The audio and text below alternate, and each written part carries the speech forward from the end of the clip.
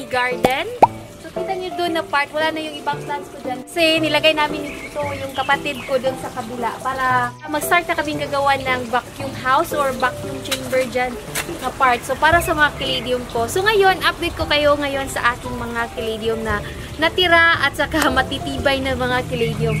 Half ito ng greenhouse. So, doon na part at saka papunta dito. Filtered net po nilagay ko dito at saka hindi ako naglagay ng cellophane. So, doon na part yung nakikita niyo na puti. Ayan guys, oh. Ayan, cellophane na yan. Yan yung part na mga plants na hindi palaging nauulanan. Silalagay yung aking mga cacti or cactus, mga succulents. Shoutout pala dun sa ating viewers na nag-request na ano daw yung nilagay kong lagay ng tubig dun sa ating mga caladium. Yun po yung basin. Ito po, ito parang stainless. Ayan. Nilalagyan po siya ng tubig at saka dito nilalagay yung ating mga caladium. Katulad dito, ayan. So, nilalagyan natin siya ng tubig sa ilalim para ma-maintain yung moisture. Which is, gustong-gusto yan ng ating mga caladium na maglagay ng tubig sa ilalim. Kaya gumawa ko ng vacuum house dyan para yung mga bago kong propagation, mga bagong cuttings ng mga plants ko, na makontrol yung humidity at saka moisture sa environment nila. Kaya kailangan natin siyang ipasok sa vacuum house. At saka lalo na rin doon sa ating mga caladium na plants na mga bago kong propagation. Hindi pa ako nag-propa sa kanila guys kasi yung mga plastic na pinaglalagyan ko sa kanila may mga ano na rin, may mga laman na rin. Kaya kailangan ko ng mas malaking vacuum house. Nilagay ko muna yung mga caladium ko dito. Palaging umuulan, nakita ko na yung mga caladium ko dito as in lalo silang lumalaki at saka lalong gumaganda yung kanilang mga dahon. Tingnan nyo naman siya, oh. Katulad nito. Ito yung ating caladium na redstone na silent varieties. Ayan. Ako dito nilagay. Ito naman yun yung ating green thigh. Ayan. Lalaki na nila, no? So, dami na to sa atin kasi marami na rin nag-propagate nito. Isa din to sa mga silent varieties na caladium. Ayan. Kaya gustong-gusto ko talaga yung mga silent na varieties na mga caladium dahil hindi matataas yung kanilang mga stem katulad ng ating mga mga US na varieties katulad nito. Tataas, lalo tumataas yung mga stem nila katulad nito din, oh. Ayan. Ayan, tumataas talaga yung kanilang stem. Last vlog ko, kami ako nabili ng mga US na varieties na mga caladium na bulb na nabili ko lang sa Luzon, meron din sa Cebu, mga bulb sila, pero from US sila na mga bulb. So, nabuhay ko yung iba. Kaso lang, unti-unti sila nag-dormant and then napabayaan ko rin sila nung mga almost 3 to 4 months din na hindi ako nag-vlog. Hindi ko sila naasikaso, kaya yung iba namatay, yung iba nag-melt, yung iba nabuhay naman. So, yung ibang mga bulb, nilagay ko lang sila sa isang pot. Tulad nito, oh. Ayan, nilagay ko sila sa isang pot. Ayan, iba't ibang varieties yan. Pag matured na sila, mag-iba rin yung kanilang foliage at saka yung kanilang color. Kaya, nilagay ko sila dyan sa isang pot para makita ko na active pa ba yung kanilang mga bulb. Ayan. So, unti-unti ko na sila transfer dito na part para maulanan sila. Isa pa lang, pero ang laki na kayang dahon. Nagbibigay siya ng dahon, ang lalaki talaga ng dahon niya. So, I'm sure na yung bulb nito sa ilalim is malaki na talaga yung bulb nito sa ilalim. Kaya, transfer siya dito. Ayan. Ay! Palaka! Maraming palaka. Ayan siya. So, tingnan naman siya, oh. Iba't ibang varieties ng ating caladium. Meron pa akong malaki nito. Wait lang. Ayan.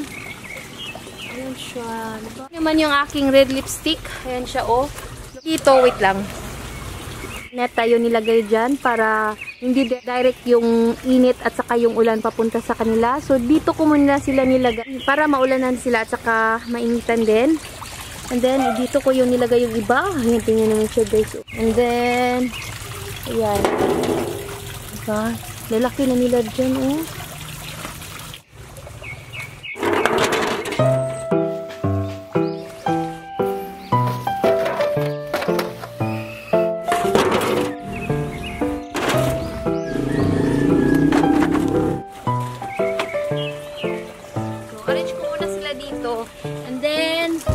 Maglagay na ako ng tubig sa kanila para makontrol natin yung humidity sa kanila. Naglagay kayo ng tubig dyan. So, ugaliin din natin guys na i-check sila every week. So, kailangan din kayo mag-change ng water every week para iwas sa lamok, sa mga insekto na nakatira dito sa ating tubig. Alam nyo na, iwas dengue din. Tingnan nyo naman yan, kulang na talaga ng potting mix. Kailangan ako mag-add ng potting mix dyan. Ayan. Kailangan na rin nila. Ito, kailangan na rin yan ng ma-propagate. Ipatransfer ko na talaga yan. Pag bilad talaga sila sa araw, nauubusan talaga sila ng tubig. Ayan na sila, Tingnan niyo naman, may bulaklak na siya, Gusto ko talaga mag-try mag-pollinate ng bulaklak ng mga Caladium para makakuha tayo ng iba't ibang varieties. Isa ito sa mga US na variety. Ito yung tinatawag nilang gray ghost na Caladium. Ayan. And then, ito naman yung, hindi ko talaga alam yung pangalan nito. Ang nakaganda talaga sa mga Thailand na varieties ng mga Caladium, as in, ang kakapal ng kanilang mga dahon. Ang ganda. Ayan, sobrang kapal ng dahon nito. Compare mo dito sa mga US na varieties ng ating mga Caladium.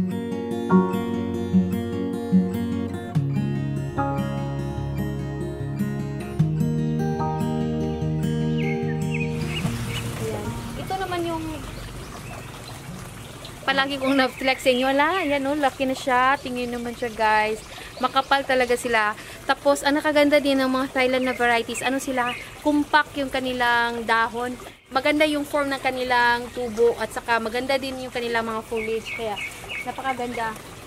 Yan yung isa sa mga gustong-gusto ko talaga yung mga Caladium na Thailand varieties. Pero medyo pricey lang talaga sila, guys. Kaya, dahan-dahan lang muna tayong bumili ng mga Caladium na varieties. Pero kung marami naman kayong budget, why not kumuha kayo ng maraming mga iba't ibang varieties. Marami talaga mga iba't ibang magaganda na mga Caladium na varieties ng mga Thailand. As in, dami ko pang gusto kaso budget lang talaga ang wala. Ito yung isa sa mga na-unbox ko sa isang vlog ko. Ang laki lang niya, guys. Meron pa dito. Yan, may tubo. Mag-change pa yung color nito. At saka yung mga nabili ko sa Thailand, meron ako nabili sa Thailand na Caladium. Wait lang. Yan. So, ito yung na-unbox ko 2 weeks ago. Ayan, from Thailand to siya, guys. So, as you can see, ayan, may mga bagong dahon na siya, Ayan, ang ganda ng kanyang old leaves. So, from Thailand to. So, bumili ako from Thailand and then pinadala dito sa Pilipinas. Tapos sa Pilipinas may broker sila. So yung broker nila, yun yung magpadala dito sa atin sa mga buyers nila. Taga Luzon, taga Visayas at saka Mindanao.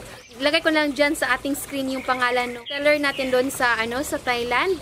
Sawadi, basta nandyan sa ating screen. Lalagay ko na lang dyan. Thank you sir sa ating Caladium na pinadala mo.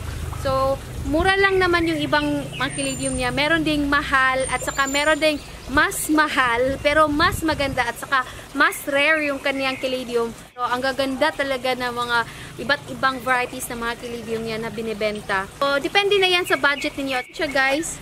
So, ito naman yung muwang nun. Ayan. Hindi mo pa talaga sila ma-appreciate yung kanilang foliage kasi maliliit pa sila. Gusto ko na i-transfer sila sa mas malaking vacuum natin para mas lalo silang lalaki at saka mas dali silang bigay ng panibagong dahon na naman. Ito naman yung nakuha ko sa Davao. Kita niyo yung puti na yan. Yan yung mga na-spray ko sa kanila na fungicide, saka insecticide. Pero kailangan nyo talagang mag-spray ng fungicide, insecticide sa kanila para iwas sa mga uod. Kasi gustong-gusto talaga na mga uod yung mga Caladium natin na papakin o kainin yung kanilang mga dahon. So once na merong uod dyan, as in halos lahat na yung mga dahon ng inyong mga Caladium, mauubos talaga ng uod na yan. So kailangan talaga mag-spray once a week or twice a month. So yan yung alternate na pag-spray sa kanila. So kung kaya na, ito yung vacuum house na gagawin namin ni Tito. Or yung width nito is nasa mga 6 feet. Tapos yung haba isa sa mga 12 feet ito. Ito yung gamit namin ni Tito, paring. Paring? Ante?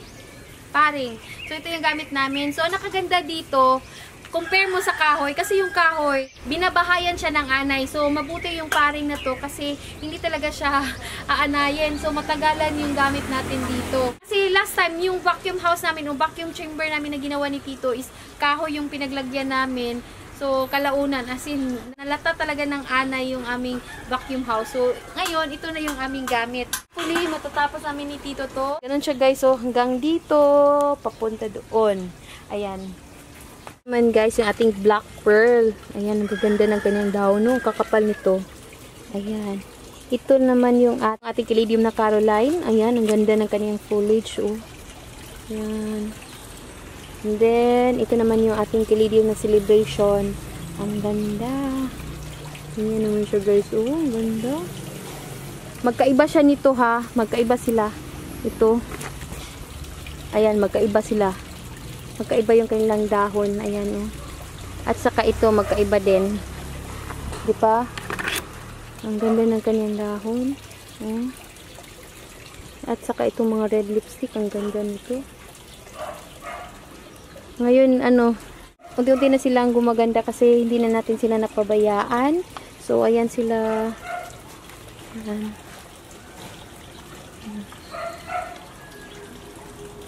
Diba? Ang ganda. Ang kapal ng dahon nito. Ito yung mga Caladium ko na new wave. Ayan. Ayan. Then, ito. Meron pa ako dito nilagay. Maliliit. Ito yung mga fantasy na mga Caladium. Ang ganda niyan pag nag-matured sila. Ito naman yung ating Festivia. Festivia ata to, yan. Ito yung mga Caladium din from Thailand. And then, ayan. Ayan din. Meron pa tayo dyan. Ayan sila. So, update ko kayo dun sa ating vacuum house na ginagawa. At saka sa mga iba't ibang mga plants ko na nandito sa garden. Bago pa lang kayo sa channel na to at saka kung mahilig naman kayo sa halaman, please don't forget to subscribe my YouTube channel.